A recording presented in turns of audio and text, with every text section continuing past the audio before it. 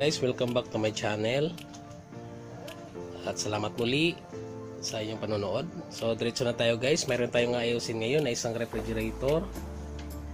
Medyo makaluma na to guys, pero pinapaayos pa natin at ayusin pa natin kung makaya. So ayan guys, so bali hindi pa ito nakasaksak guys.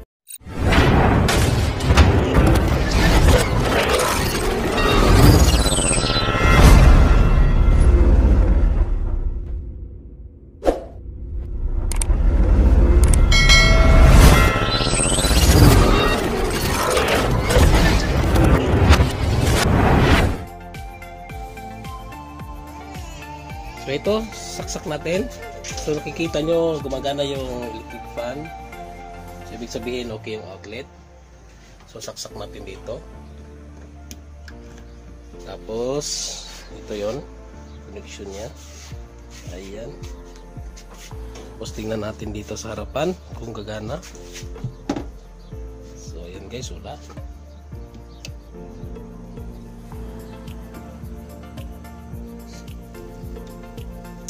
So naka-off pala guys. So ibig sabihin okay pala to.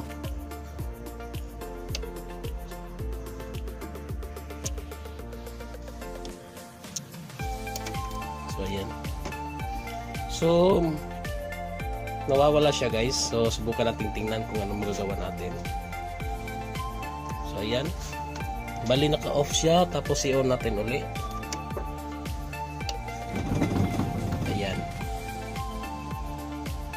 Ayun yung tunog niya.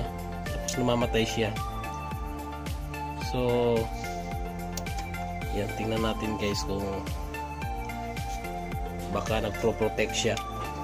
So check muna natin yung sa likod.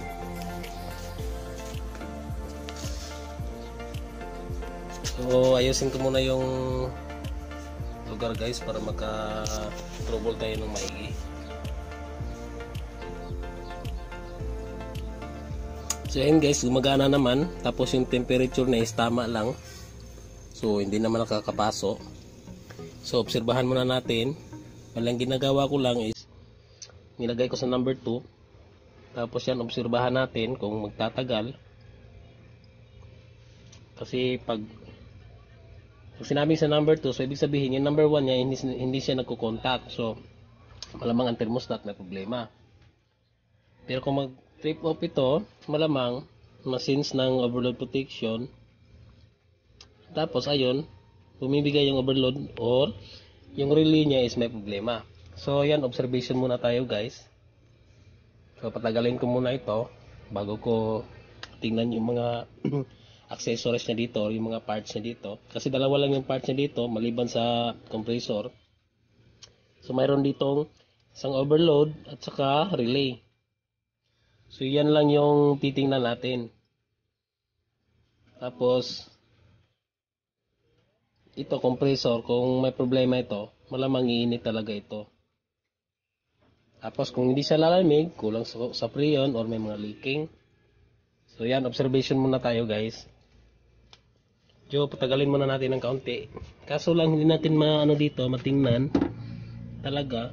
Pero kung naririnig nyo yung ugong niya, ayan, kung naririnig nyo, meron pa siyang naiwang guys. Kanina lang medyo namamatay siya. Tapos hindi na ma-on.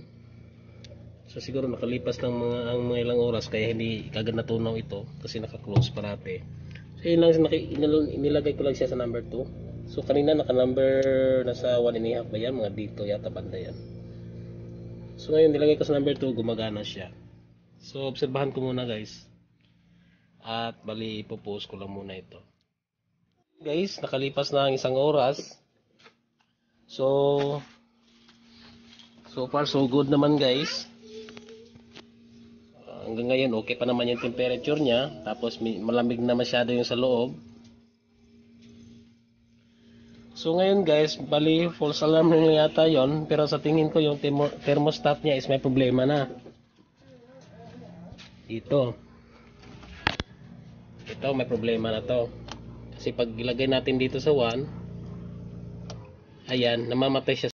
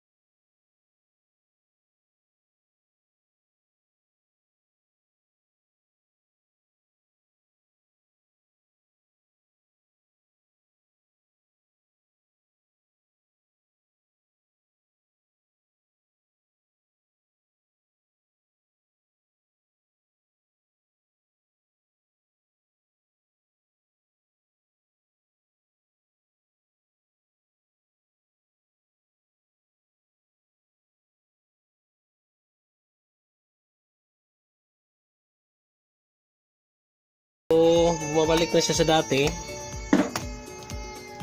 So, wala naman ako masyadong ginawa. So, tiningnan ko lang yung ano dito, tapos iniikot-ikot ko lang. Bumabalik na naman sa dati. Pero papalitan ko to guys pag wala na, kasi gagamitin pa yung ref kasi may mga laman pa daw. So, pag mag-defrost na, papalitan ko ng thermostat. So, abangan nyo sa susunod guys na upload ko na video sa pagpalit ko ng thermostat. Kasi sa akin ito talaga yung sira niya. So, normal naman yung sa likuran niya. So, kung nakikita nyo dito, mayroon ako nakaantabay na ito. Mga dati ko ding mga overload. Ito yung overload. At saka ito yung PTC relay.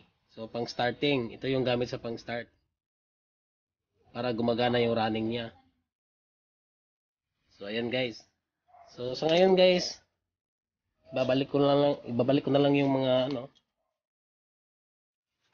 yung mga takip dito, yung ayan, saka yung may isang pa doon, plastic niya. So ayan.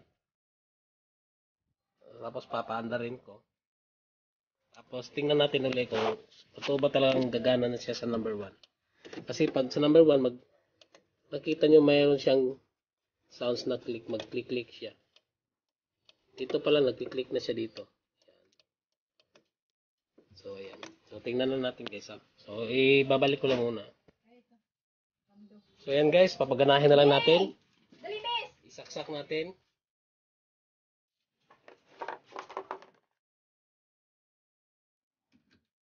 Ayan. Bali nakasaksak pero hindi pa natin na-on yung thermostat. So try natin i-on. Ayan. Kita niyo may vibration na siya. So hindi pa siya nakalagay sa 1. So kita niyo kanina hanggang sa 4 doon pa siya gumagana. So ilalagay natin siya sa number 1. Kita niyo yung vibration, maririnig niyo. Yung hissing dito, maririnig rin. Yan guys, tapos yung bulb, kinuha ko na lang kasi pundido na. So, wala na talaga, hindi na siya gumagana. So, papalitan ko na lang to guys sa susunod na video ko. At sana ay subaybayan nyo. See you guys, good luck at magandang buhay sa ating lahat.